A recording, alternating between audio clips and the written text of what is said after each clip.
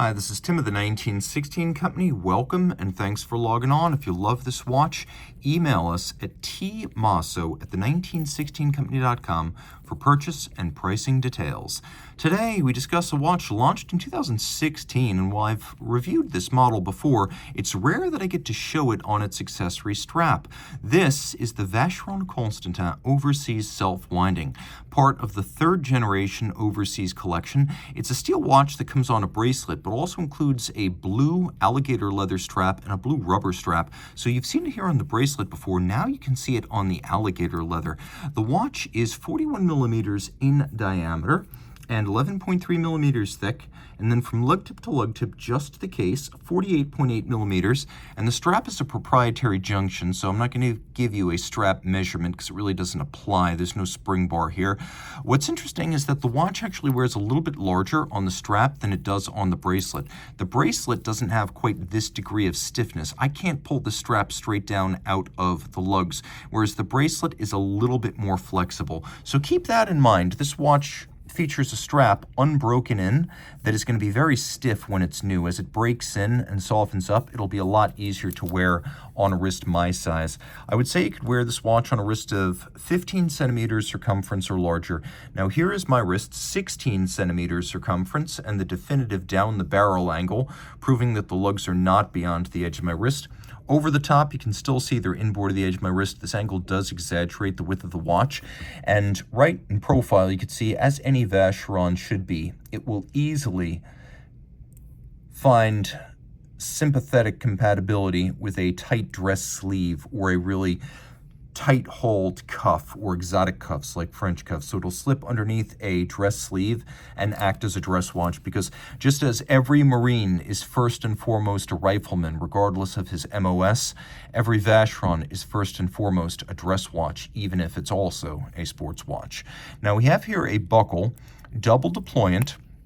What's fascinating here is because there's a quick release lug system that allows me to easily pop the strap off, and it's easier to do if you have more fingernail than I do. Let me see if I can do this with my cut down manicured fingernails, which I clean up for your viewing pleasure right here. But there you go. You can see that it's easy to pop this off, but if you can only pop the strap off the case and you can't remove the buckle from the strap, then you've only got half of a quick change system because your buckle is stranded. Now this buckle is an addition to the one that's on the bracelet. This is the buckle that's included with the watch to use with the straps. And so there is a little quick release system where you can turn the buckle inboard and then pull it straight off the strap just like that. So you can easily remove it if you wish to size up or change up your strap and bracelet. Super easy. You can see inside we've got a combination of media blast and polish, and then we've got this little Maltese cross motif built into the chassis of the clasp, and then you can see that the strap is held to that little nub by screws and bars, so even that tiny piece of steel hardware can be salvaged for reuse when it comes time to replace the strap proper.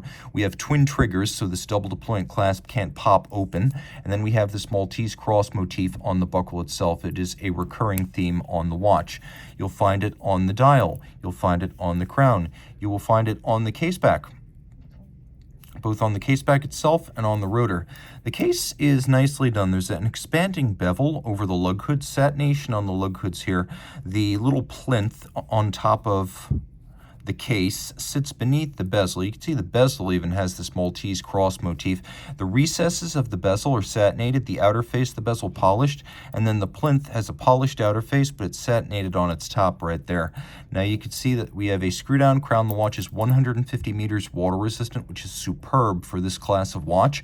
It is also 25,000 ampere per meter anti-magnetic because of a paramagnetic ring that encircles the movement and channels the magnetic field lines around the escapement and the hairspring.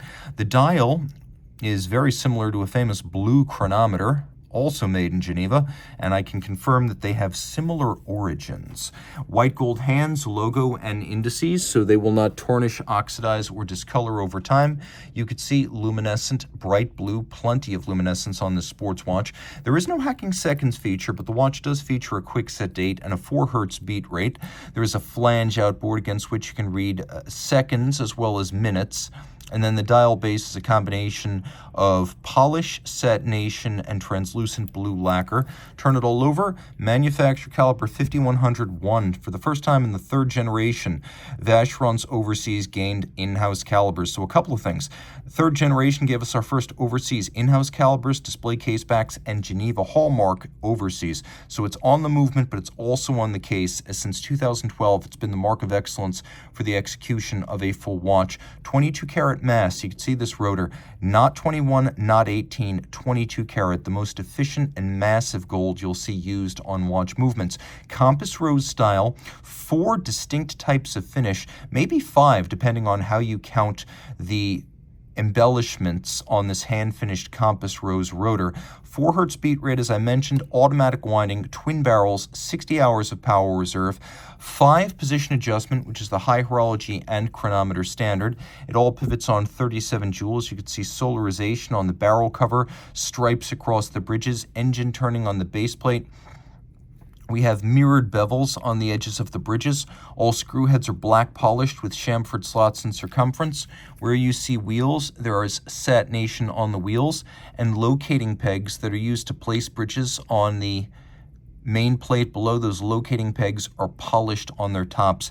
It is a very accomplished movement from a finishing standpoint, worthy of the hallmark of Geneva. If you love this watch, reach out to Team Mosso at the 1916company.com for purchase and pricing details.